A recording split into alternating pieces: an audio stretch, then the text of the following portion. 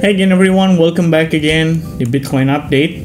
Moment before FOMC ya teman-teman. Jadi saya bakal sedikit kasih briefing, gambaran kira-kira apa aja yang perlu diperhatiin pada saat FOMC. I don't know ya bisa update atau enggak after FOMC karena kali ini press conference-nya bakalan sampai pagi. Karena kita udah di winter, jadi biasanya schedule-nya jam 1.30 udah mulai. Sekarang jadi lebih lama ya, sekitar 2.30 harusnya.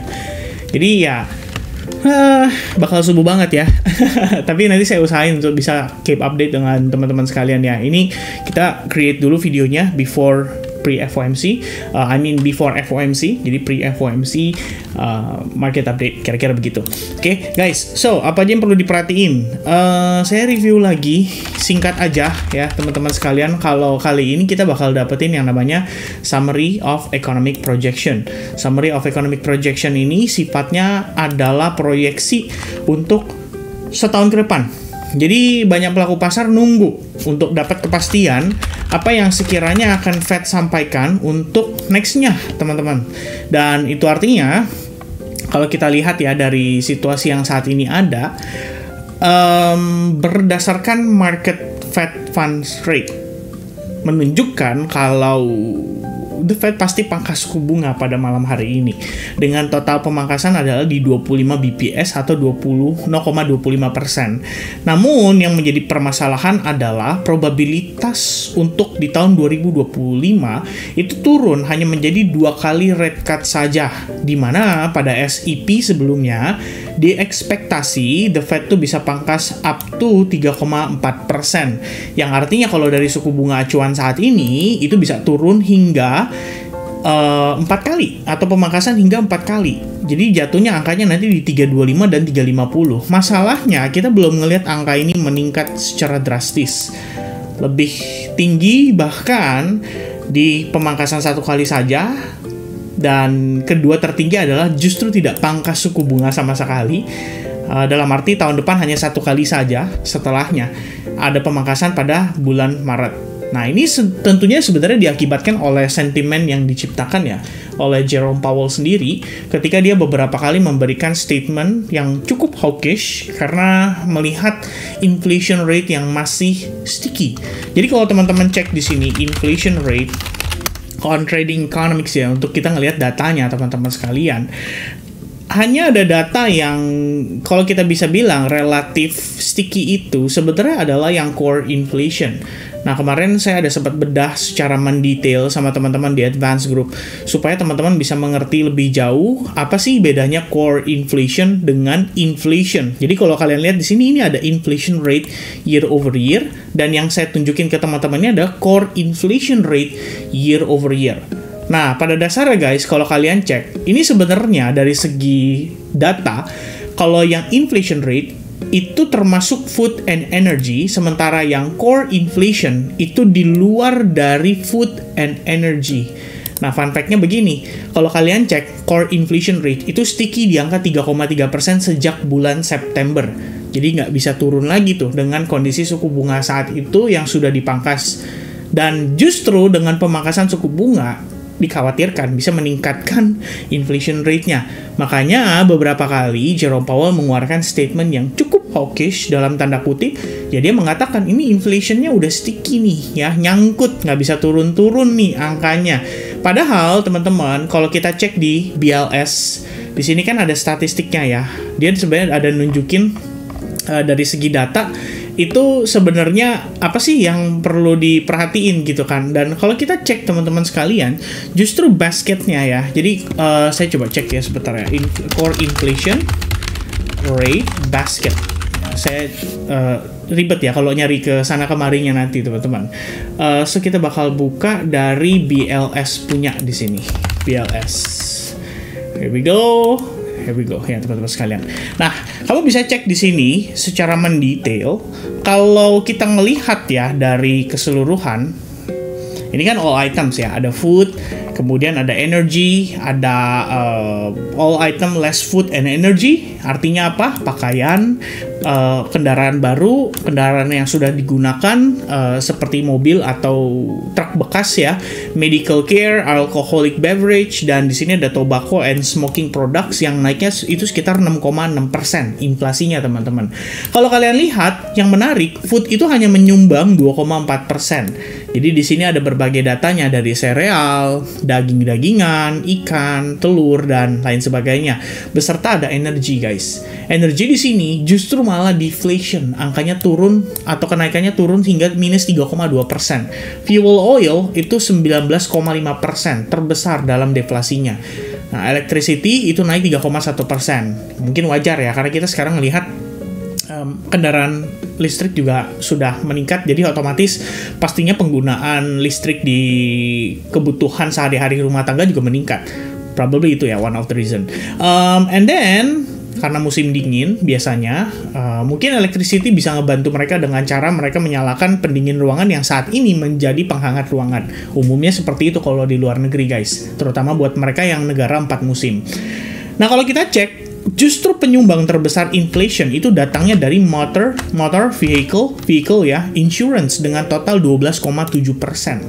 Ini angka yang relatif tinggi. Jadi kalau kita tadi kembali lagi ke sini, ini kan yang termasuk food and energy. Maka angkanya hanya 2,7%. Tapi kalau yang exclude food and energy, angkanya 3,3%. Apa alasannya? Ya sebenarnya sederhana. Suku bunga yang tinggi, teman-teman, akan mempengaruhi shelter atau yang namanya rent of primary residence. Dalam tanda kutip di sini, kontrakan rumah atau sewa rumah itu harganya pasti tinggi.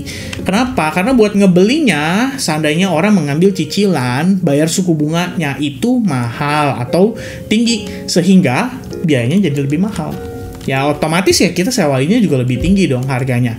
Itu pertama. Yang kedua, teman-teman, dari segi insurance. Karena motor vehicle insurance di sini naik sekitar 12,7%. Dan kita tahu ya jenis-jenis kendaraan saat ini itu menggunakan teknologi-teknologi yang udah lebih canggih dibandingkan dulu yang notabene-nya hanya cuma pakai radio doang untuk musik misalnya, ya kan? Selebihnya sekarang ya kita lihat ada panel untuk touchscreen, kemudian ini, kemudian itu ya, ada berbagai jenis-jenis add-on yang sangat canggih lah ibaratnya, dan itu tentu saja meningkatkan biaya insurance-nya. Itu pertama. Yang kedua, teman-teman, tidak lupa juga yang namanya transportation services. Ini berarti ya sekaligus untuk maintaining dan repair-nya atau ya service lah intinya ya, kira-kira begitu. Sehingga kalau kita bisa mengambil kesimpulan, sebetulnya kalau The Fed memangkas suku bunga, ya mungkin itulah kenapa ya dia pangkas pelan-pelan, ya dia kasih statement yang relatif hawkish, tujuannya supaya memastikan dulu atau melihat dulu ini kira-kira gimana nih dampaknya terhadap si situasinya inflation itu ya, apakah dia akan mempengaruhi secara signifikan dari data-data yang disajikan di sini gitu. Karena kalau kita cek teman-teman sekalian, overall-nya, artinya penyumbang terbesar itu bukan dari food and energy, tapi dari all item less food and energy. Ya, kalau kita bilang core CPI, berarti ini dua nih dikeluarin teman-teman sekalian. Ya, dikeluarin dari kategorinya. Nah, saya cuma bisa cek yang di Consumer Price Index ya. Nanti saya coba cari tahu deh gimana caranya untuk ngecek yang core-nya juga. But that's more or less ya, the idea dibalik kondisi yang mendorong si Jerome Powell terlihat lebih hawkish. Maka dia bisa dibilang memberikan estimasi ya, dalam artian memberikan statement tersebut dan membuat orang-orang berestimasi atau berspekulasi kalau tahun 2025 jadinya hanya 2 kali pangkasnya. Itu tentu saja akan mempengaruhi daripada summary of economic projection yang akan dirilis nanti malam. Takutnya apa? Angka ini nggak 3,4% lagi, tapi naik jadi 3,75 atau mungkin 3,7 atau mungkin 3,9%. And itu artinya nanti malam dia bisa hawkish teman-teman sekalian. Oke, so gimana dampaknya terhadap Bitcoin? Biasanya kan langsung ya ditanyain ke bagian evaluasi, atau bukan evaluasi, tapi di bagian kesimpulan atau conclusion-nya. Well, gini teman-teman sekalian ya, saya tuh penasaran sebetulnya apa yang BlackRock ketahui sehingga dia memberikan riset kepada klien-kliennya, dan klien-kliennya itu secara aktif terus membeli semenjak di bulan Desember. Hanya ada 1 hari aja, tanggal 11 Desember, dan itu setelah I don't know ya, I think a moment after Thanksgiving ya, I believe. Dan itu nol teman-teman ya, dia nggak belanja sama sekali. But overall kita ngelihat inflow-nya luar biasa, gila-gilaan. Dari tanggal 2 Desember sampai tanggal 17 Desember, which means 15 hari. Kalau teman-teman akumulasi, ini angkanya gede sekali guys. Akselerasi. Bahkan kalau kita lihat ya, tadi pagi banget saya dapat update dari teman-teman di SAG ya. I mean some of the member yang mungkin udah aware duluan dengan koreksi Bitcoin, dia ngecek sampai dengan tadi pagi itu masih minus 247,5 juta dolar karena BlackRock belum keluarin reportnya. Nah, begitu BlackRock keluarin reportnya, jadi inflow lagi teman-teman sekalian dengan total 493,9 juta dolar. Dalam tanda kutip, yang lain pada jualan, hanya BlackRock yang membeli sendirian. BlackRock punya klien lebih tepatnya.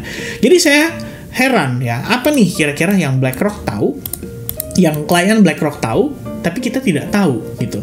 Apakah jangan-jangan justru kejutan ketika orang percaya The Fed pakai suku bunga hanya 2 kali tahun depan, ternyata angkanya tidak direvisi, melainkan tetap di 3,4%. Kalau sampai itu terjadi, ini akan mengubah conditional meeting probability ini secara signifikan dan market akan semakin euforia. Probably itu yang bisa dorong Bitcoin naik sampai ke level-level yang kita sempat expect ya, perhaps di kisaran level 110.000 sampai 113.000 untuk next stopnya. Ya, itu kira-kira teman-teman bayangan saya ya sementara ini. Jadi kalau misalnya ditanya conclusionnya gimana, well we have two scenario ya. Dua skenario ini salah satunya adalah the Fed benar-benar mengubah jadi 3,4%. Saya sebenarnya kalau itu terjadi, saya expect market bisa ada correction moderate dalam tanda kutip. Mungkin buat Bitcoin bisa aja dia kembali di bawah 100.000 dolar ya. One of the reason adalah kita masih punya I don't know ya, you can call this as rising wedge mungkin teman-teman, atau kita punya exponential moving average 21 yang technically di 99.800 dolar. Dia bisa aja ngetes dulu ke sana before kita push ke harga lebih tinggi. Kan kayak gitu bisa teman-teman sekalian. Atau worst case scenario nih, guys. Kita tuh belum ada pullback untuk weekly perspektif. Kamu bisa cek on the weekly-nya, itu naik terus teman-teman sekalian. Belum ada pullback, belum ada slowing down dari segi momentum. Cuma kalau kita lihat dalam 3-4 minggu terakhir, candle-nya udah makin mengecil. Ya, memang dia creating higher high, tapi higher high-nya udah nggak terlalu yang signifikan banget. Ya, at some point, if price having a correction, mungkin ada yang profit taking, saya rasa itu adalah hal yang bisa kita bilang dengan istilah wajar. But here's the good news teman-teman. Itu artinya pada saat nanti Donald Trump pelantikan di Januari, mungkin kita udah nggak ngelihat skenario yang sama dengan yang kita bahas beberapa waktu lalu. Berbicara soal resiko sell the news pada saat Donald Trump dilantik. Nah, itu good news-nya teman-teman. Jadi koreksinya diberesin dulu nih Desember. Market react dulu atas data. Oke? Habis dia react atas data, barulah kemudian ya nanti pada saat Donald Trump dilantik udah biasa aja gitu ya. Karena kita udah ngelihat, oh market udah koreksi, ya udah dikasih diskon, dan mungkin karena sekarang people semakin smart, ya of course mereka akan coba manfaatkan dip yang dikasih. Ya probably itu yang saya pikirin sih teman-teman sekalian ya.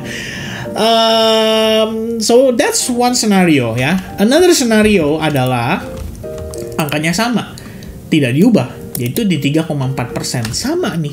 Jebret, market kaget. Mereka pikir tahun depan 2 kali doang pangkas suku bunga, ternyata malam ini entah gimana ceritanya Jerome Powell jadi dovish. Ini less likely scenario atau skenario yang lebih kecil probabilitasnya. Kenapa? Karena Jerome Powell sudah ngasih statement yang hawkish. Dan kita udah lihat angka CPI ya yang dirilis pada minggu lalu harusnya teman-teman sekalian ya. Angka CPI, wait a minute, let me check. I do believe CPI, yes, supposed to be, bukan minggu, ya last week ya teman-teman sekalian. Kalau kita lihat angka CPI yang dirilis minggu lalu, relatif naik angkanya. Jadi saya pikir nggak ada alasan ya untuk Jerome Powell di sini memberikan statement yang dovish. Karena dilihat angka ini 2,6% ke 2,7%. Of course dia harus react dalam tanda kutip, memperhatikan warning sign dari inflation, yang mana core CPI-nya sticky, tapi CPI-nya steady di angka, bukan steady, tapi cenderung naik dalam beberapa waktu terakhir. Ya, kalau kita lihat 3 bulan terakhir, kamu cek, trennya udah mulai shifting. 3, 2,9, 2,5, and then 2,4, itu bottomnya tuh. Lalu dia pelan-pelan naik, 2,6, 2,7. Artinya 2 bulan terakhir kita ngelihat ada cenderung tren kenaikan pada inflation. Of course, ini jadi warning buat the Fed juga, dalam artian dia kan pengen ngejar nih targetnya ke 2%, ya kan? Itu udah jadi targetnya dia gitu. Sehingga ya I don't know ya. Apa yang kira-kira bikin dia jadi dovish? Kan nggak ada gitu kan. Dengan kondisi angkanya naik, justru dia harus berpikir bahwa, hey man, ya inflationnya naik lagi loh. Kita udah pangkas suku bunga sampai di angka segini, ternyata bener nih dugaan kita menyebabkan inflasinya naik. Jadi kita harus gimana gitu kan? Sebenarnya kan nggak cuma itu ya teman-teman. Kalau saya mau jabarkan secara mendetail, mungkin pada saat live streaming kita bisa bedah lagi, saya bisa kembali inform ke teman-teman lagi. Ingat guys, US M2 money supply itu naik, artinya peredaran uang di sistem meningkat. Itu pertama. Yang kedua, RRP alias reverse repo market itu turun, dan sekarang angkanya udah di 118 billions of dollar. Last time saya mention soal ini itu udah cukup lama, dan ketika itu kita baru ngelihat di sini nih, September saya ingat. Ya, saya ada posting seputar itu dari segi reverse repo September, apalagi di kuartal ya, penutupan kuartal. Jadi kayak Desember itu kan berarti kuartal 4. Kemudian Maret kuartal 3 itu biasanya cenderung naiknya lumayan agresif. Jadi kayak Juni kuartal ke 2 teman-teman sekalian ya, naik tuh angkanya sampai break high, break previous high. I mean ya kayak gini teman-teman tuh kan, di break previous high. Ternyata fake out ya kan, bukan fake out tapi memang trennya sejak setahun terakhir itu cenderung turun. Emang the Fed di sini sudah mengatakan kan kalau mereka itu mengurangi reducing balance sheet-nya mereka. Artinya mereka coba untuk suntikan liquidity dari uang yang ada teman-teman ke market. Dan dari reverse repo salah satunya kita bisa lihat kalau likuiditas itu pelan-pelan diserap oleh market. Ini yang bantu Bitcoin ke 100.000. Tapi kalau likuiditas diserap market, itu artinya inflasi pasti naik. Ya, ini adalah loophole yang akan terus berulang sampai mereka mengubah sistem kebijakan moneter atau sistem perekonomiannya secara keseluruhan, which is itu susah sekali teman-teman ya, kayaknya nggak mungkin terjadi dalam waktu 1-2 tahun ini gitu, atau 3 tahun ini, atau mungkin 5 tahun ini ya, atau bahkan mungkin sampai saya tutup usia juga belum tentu berubah kebijakan itu ya, kira-kira begitu guys ya. Jadi skenario yang tadi saya bilang dovish itu less likely atau kecil probabilitasnya, namun tetap ada karena itu kejutan yang mungkin disiapkan pasar untuk market ya, sehingga market berpikir kalau wah ini ternyata begini, ternyata malah relatif positif ya, bingung kan market, kira-kira begitu. So for now guys, dengan kondisi Bitcoin saat ini, apa yang bisa disimpulkan? Saya langsung bedah analisis saja secara gampang ya ke teman-teman sekalian.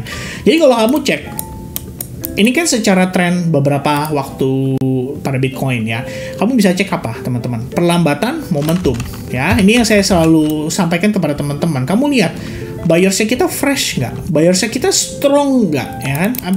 Kenapa dia setiap kali naik tuh selalu disambut oleh selling pressure yang agresif gitu kan? Itu aja selalu yang jadi pertanyaan kita teman-teman sekalian. Artinya dia selalu butuh obat kuat ya, mungkin kerating deng, Gatorade atau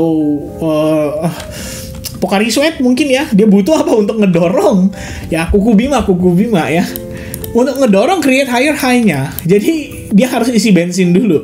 Dan proses isi bensinnya itu selalu diiringi dengan retracement up to 70%. Bahkan terakhir banget di sini, retracementnya almost 100%. Kebetulan aja jadi buntut. Kalau jadi body candle, itu 100%. Before finally dia bisa create yang namanya higher high, teman-teman sekalian.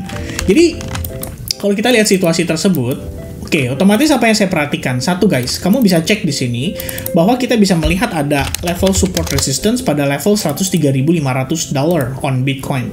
Saat ini level yang mempertahankan Bitcoin untuk stay dalam keadaan bullish. If this level broke atau breakdown atau di breakdown sama harganya, well, kita bisa anticipate Bitcoin untuk create lower low. ya.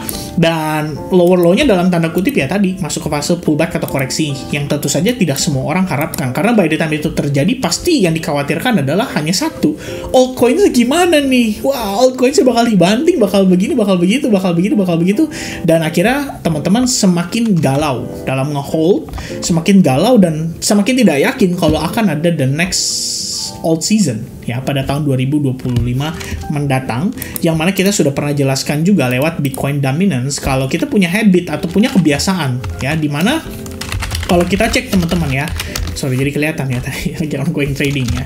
Kalau kita lihat dari keseluruhan secara tren ya, bukan secara tren sih, tapi secara historical data, biasanya di 1 tahun setelah halving baru kita ngelihat ada yang namanya alt season. Jadi kalau kamu cek 2017 itu halving. 2016 halving. Ya, 2017 baru alt season. 2020 halving, 2021 baru alt season. 2024 halving artinya 2025 kan yang diharapkan. Apakah akan terjadi ya? Ya, kita nggak ada yang tahu guys ya. Apakah ada yang terjadi? Kita nggak ada yang tahu teman-teman sekalian. Tapi demikian, saya rasa momen alt season itu bisa ada adalah ketika ada orang-orang cukup banyak yang mengalami kapitulasi. Kapitulasi itu artinya mereka merasa kecewa, akhirnya mereka jual barangnya, mereka yang menjadi likuiditas dari para whales-nya. Itu aja teman-teman sekalian. Ya, itu sudah terbukti dari history yang berulang. Momen ketika terlalu banyak euforia di market, everybody overconfident, di situ momen di mana market sudah mulai kehilangan gairahnya. Biasanya seperti itu. Begitupun sebaliknya, ketika terlalu banyak fear, di situ ternyata market bottoming dan everybody losing opportunity untuk bisa dapat harga murah atau memanfaatkan cycle ini dengan baik. Jadi kalau saya bilang ini time sensitive banget, kita udah mendekati pertengahan hingga menuju end of cycle ya. Hopefully sih masih ada waktu ya, beberapa bulan dan mungkin sampai dengan akhir tahun depan. Tapi demikian teman-teman sekalian ya, we never know ya, something happen secara instan itu pasti ngubah sentimen secara major, dan by the time market crypto itu masuk bear marketnya, buat yang udah punya pengalaman kalian tahu itu bukan terjadi dalam waktu lama ya, dalam tanda kutip lamanya tuh artinya ayo nih udah mau bear market keluar dulu sekarang, enggak teman-teman, tapi instan, hanya butuh 1-2 minggu aja and then boom, tato koreksi aset itu bisa 30-50%. Jadi memang saya bilang sama teman-teman, baiknya apa ya, jangan tunggu pinggir jurang lah ya, cari aman teman-teman, cari aman dalam tanda kutip. Kenapa kalau kamu bisa mengantisipasi dari jauh-jauh hari, kenapa tidak gitu, lakukan itu, take profit partial, jangan terlalu greedy, yang penting survive di cycle kali ini, dan next cycle kamu bisa manfaatin daripada saat momen bear marketnya. Makanya bear market jangan ngilang, bear market tuh waktunya belajar justru. Itu aja teman-teman ya dari saya.